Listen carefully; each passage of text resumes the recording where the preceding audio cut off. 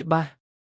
ការសង់ប្រាសាទសីហនាហ្វននៅវត្តហ្វឺមែនហ្វាប្រទេសថៃគឺបានចម្លងប្លង់ប្រាសាទអង្គរវត្តមិនមែនកើតពីយោស័ព្ទដូចថៃថាទេនៅថ្ងៃទី21ខែមិថុនាឆ្នាំ2025នេះ Facebook Page ផ្លូវការរបស់ក្រសួងវប្បធម៌និងវិចិត្រសិល្បៈបានលើកឡើងពីប្រសាសន៍របស់លោកជំទាវបណ្ឌិតសុភាចារភឿងសកុណារដ្ឋមន្ត្រីក្រសួងវប្បធម៌និងវិចិត្រសិល្បៈនិងជាប្រធានក្រុមប្រឹក្សាភិបាលអាជ្ញាធរជាតិអប្សរាពាក់ព័ន្ធនឹងប្រទេសថៃបានចម្លងប្លង់ប្រាសាទអង្គរវត្តទៅសាងក្នុងទឹកដីរបស់ខ្លួនតាមការបង្ហោះរបស់ក្រសួងវប្បធម៌និងវិចិត្រសិល្បៈបានឲ្យដឹងថាលោកជំទាវបណ្ឌិតសុភាចារភឿងសកុណាបានមានប្រសាសន៍ថាការកសាងប្រាសាទសីហនាហ្វននៅក្នុងវត្តហ្វឺមែនហ្វាមានទីតាំងនៅខេត្តបុរីរំប្រទេសថៃដោយចម្លងប្លង់ប្រាសាទអង្គរវត្តគឺជាការបំពានលើអត្តសញ្ញាណនិងព្រលឹងវប្បធម៌ជាតិខ្មែរ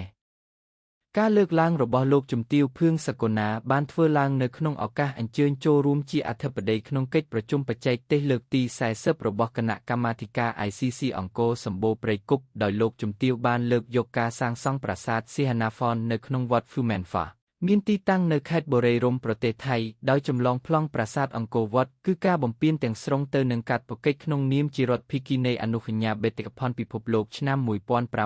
1972បំពានទៅលើតម្លៃលេចធ្លោជាសកលនិងសភាពដើមនៃរមណីយដ្ឋានអង្គរបំពានទៅលើអត្តសញ្ញាណនិងព្រលឹងជាតិវប្បធម៌ខ្មែរនិងជាកង្វះខាតនៃសីលធម៌បេតិកភណ្ឌយ៉ាងធ្ងន់ធ្ងរបើស្រឡាញ់ចូលចិត្តកុំភ្លេចជួយចុច Like Share និង Subscribe ដើម្បីបានវីដេអូថ្មីទៀតអរគុណចំពោះការចូលទស្សនាវីដេអូនេះ